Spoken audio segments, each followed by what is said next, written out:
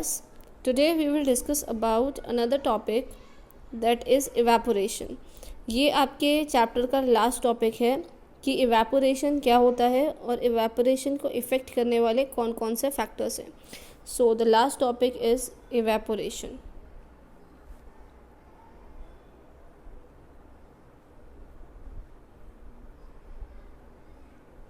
Now what is evaporation and what is boiling? What is the basic difference between evaporation and boiling? तो अगर हम इसका difference देखें तो देखिए, सबसे पहले बॉइलिंग के वक्त आप क्या करते हो, आप सबसे पहले कोई किसी गैस के ऊपर इसको रखते हो, राइट. और व्हेन यू बर्न इट, धीरे धीरे क्या होता है, जब आप इसको हीट करते हो, हीट करते वक्त इसमें से वेपर्स निकलती हैं बहुत सारी. लेकिन यहाँ पर आपको क्या करना पड़ता है, हीट करना पड़ता है, यानी कि पानी का वेपर में चेंज होना, यानी कि बॉयल होना. And what is the boiling point, 100 degree Celsius. तो यानी जब आप लगातार इसको हीट करोगे और इसका टेम्परेचर 100 डिग्री से ऊपर पहुंच जाएगा, क्योंकि बॉयल कितने पे होता है पानी, 100 डिग्री पे. तो जब 100 डिग्री से ऊपर का टेम्परेचर होगा, मोर देन 100 डिग्री सेल्सियस जब टेम्परेचर होगा, उस वक्त ये जो लिक्विड के पार्टिकल्स थे ये कुछ हीट लेंगे, जिसको हम लेटेंट हीट कहते हैं. और उस लेटेंट हीट को लेकर ये दूर दूर हो जाएंगे और दूर दूर होने के बाद ये वेपर में चेंज हो जाएंगे. This is all about boiling. Okay. जबकि इवेपोरेशन में पहला डिफरेंस जो है वो ये है, boiling takes place above the boiling point of water. Boiling कब होगा, जब आप बॉइलिंग पॉइंट वाले टेम्परेचर से ऊपर आ जाओगे या बॉइलिंग पॉइंट वाले टेम्परेचर पे आ जाओगे. लेकिन इवेपोरेशन कब होगा, it can takes place at all the temperatures below boiling point. यानी बॉइलिंग पॉइंट अगर 100 डिग्री है तो 100 डिग्री से कम का कौन कौन सा टेम्परेचर हो सकता है. It could be 15 degree, it could be 25 degrees, it could be 40 degrees, it could be 60 degrees. हर टेम्परेचर के ऊपर इवेपोरेशन होता है. How can we prove it. मान लो आप कपड़ों को बाहर सूखने के लिए डालते हो, बाहर सनलाइट में टेम्परेचर 100 डिग्री नहीं होता, it is very less than 100 degree. It could B 36 degree, it could B 37 degrees.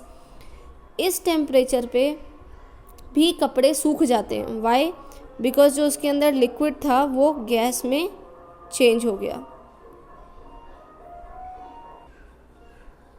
Then अगर इसके बाद अगर आप देखो तो यहाँ पर this is the basic difference, right, कि अगर आप कपड़ों को सूखने पे डालो वो कपड़े भी जल्दी सूख जाते हैं, 36 डिग्री पे भी सूख जाते हैं. वाई, क्योंकि लिक्विड गैस में चेंज हो गया.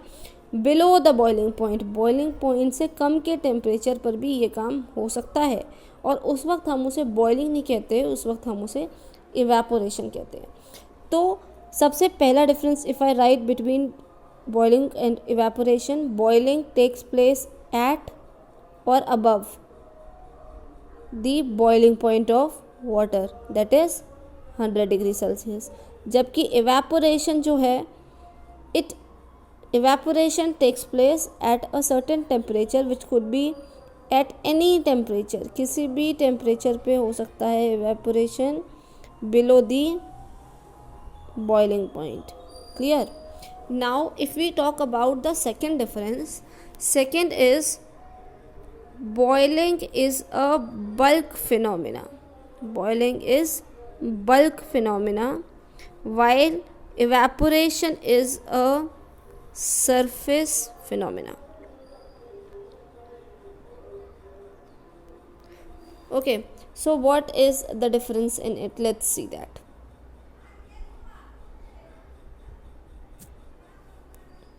देखिए, boiling of water is a bulk phenomena. Bulk का मतलब क्या होता है कि अगर ये मेरा बीकर है, मैंने इसके अंदर पानी भरा हुआ है और मैं इसको हीट कर रही हूँ, ऐसे में जो पार्टिकल्स हैं सारे की सारे सब एनर्जी लेंगे. और बहुत सारे पार्टिकल, मान लो यहाँ जितने भी पार्टिकल हैं, इन सब ने, अगर आप कभी भी पानी को बॉईल करो और अंदर झांक के देखो उस बीकर में, आपको दिखाई देगा कि उसके अंदर बहुत सारे बबल्स निकल रहे हैं और पूरे पानी के अंदर इस तरह से आपको स्ट्रक्चर दिखाई देगा. ऐसा नहीं है केवल सरफेस पे हो. So the same process you will see through out the water. पूरे पानी में ये चीज़ आपको दिखाई देगी कि वो सारा पानी, सारे मॉलिक्यूल्स जो हैं वो ऊपर आ रहे हैं। इसको आप एक बल्क फिनोमिना कहते हो। लेकिन इवेपोरेशन में क्या डिफरेंस है? इवेपोरेशन के अंदर अगर ये मैंने मान लो सनलाइट में रख दिया, ओके, सनलाइट में रखने के बाद ये जो केवल सरफेस के मॉलिक्यूल हैं, कि जो सबसे ऊपर मॉलिक्यूल होगा, सबसे पहले उसी को एनर्जी मिलेगी, वो हीट एब्जॉर्ब करेगा, यानी कि टेम्परेचर बढ़ेगा, यानी उस पार्टिकल की काइनेटिक एनर्जी बढ़ेगी। काइनेटिक एनर्जी बढ़ने से वो तेज़ तेज़ मूव करेगा, so it will move faster. और सबसे पहले यही वाला जो पार्टिकल है ये ऊपर चला जाएगा। इसको थोड़ा बेटर रिप्रेजेंटेशन से हम एक बार समझते हैं कि किस तरह से वर्क करेगा। देखिए, boiling is a bulk phenomena, means सारा का सारा पानी, सारे के सारे मॉलिक्यूल एक साथ एनर्जी ले रहे हैं, एक साथ टेम्परेचर ले रहे हैं, एक साथ गर्म हो रहे हैं। लेकिन इवेपोरेशन में सबसे पहले ये जो सरफेस के मॉलिक्यूल हैं ये ऊपर जाते हैं।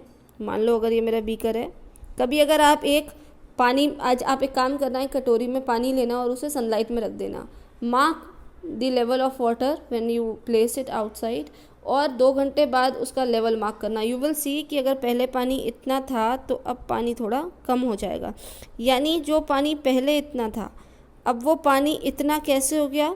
क्योंकि इतना पानी वेपर्स के फॉर्म में उड़ गया। क्या आपने उसे हीट किया था? नहीं। क्या बाहर का टेम्परेचर 100 डिग्री था? नहीं। लेकिन तब भी ये प्रोसेस हुआ बिलो 100 डिग्री, बाहर का टेम्परेचर 25-26, बट तब भी ऐसा हो रहा है। How is that possible? ये कैसे हो रहा है? ये तब हो रहा है when the particles are getting energy, पर उन्हें एनर्जी मैंने नहीं दी, मैंने टेम्परेचर नहीं दिया, हीट नहीं किया, तो एनर्जी कहाँ से मिली? एनर्जी मिली उन्हें अपने आसपास के एनवायरनमेंट से। अब इसका क्या मतलब है, पहले ये समझते हैं। अगर मैं एक डिश को सनलाइट में रख दूँ तो आपको पता है, आप कहोगे कि हाँ इसने सन से हीट ले ली होगी, जिसकी वजह से टेम्परेचर बढ़ा होगा, जिसकी वजह से पार्टिकल ने, मान लो ये पार्टिकल है जिसने एनर्जी गेन करी होगी और ये हाई काइनेटिक एनर्जी के साथ ऊपर चला गया होगा, वेपराइज हो गया होगा। अगर मान लो आपके घर के अंदर, कमरे के अंदर कहीं पर पानी गिर जाता है, फ्लोर पे पानी गिर गया इस हिस्से पर, क्या कमरे के अंदर सनलाइट है? नहीं है। मान लो रात हो रही है सपोज, तो रात में अगर कमरे में पानी गिर गया, अगर आप सुबह उठते हो तो क्या वो पानी सूख जाता है या वैसे ही होता है? सूख जाता है। यानी ये पानी क्या हुआ होगा? सारा की सारा इवेपोरेट हो गया होगा, बॉयल नहीं हुआ होगा क्योंकि हमने हीट नहीं किया है, इवेपोरेट हो जाएगा। अब इवेपोरेट होने के लिए इसको हीट चाहिए, हीट देने के लिए ना मैंने हीट किया है ना सनलाइट है, तो फिर ये कैसे इवेपोरेट हो गया? तो इसे हीट कहाँ से मिली? तो हर केस में जो मॉलिक्यूल्स होते हैं they get energy from their surrounding, आस पास से वो एनर्जी को गेन करते हैं। तो दिस इज़ इम्पॉर्टेंट कि एनर्जी कहाँ से मिल रही है? फ्रॉम दी सराउंडिंग्स, आस पास से एनर्जी उनको मिल रही है। जैसे कि और एग्जांपल देखते हैं, अगर आप छत पे रात को पानी डाल दो, गर्मी के टाइम पे छत पे पानी डाला जाता है, क्यों डाला जाता है? क्योंकि जो पानी है, आपकी छत बहुत गर्म हो रही है, आपने पानी डाला, पानी वेपराइज होगा, वेपर बनने के लिए उसे क्या चाहिए? हीट चाहिए। हीट कहाँ से लेगा वो? From the surrounding. और उस पानी के लिए सराउंडिंग क्या है? सराउंडिंग मतलब आसपास का एरिया।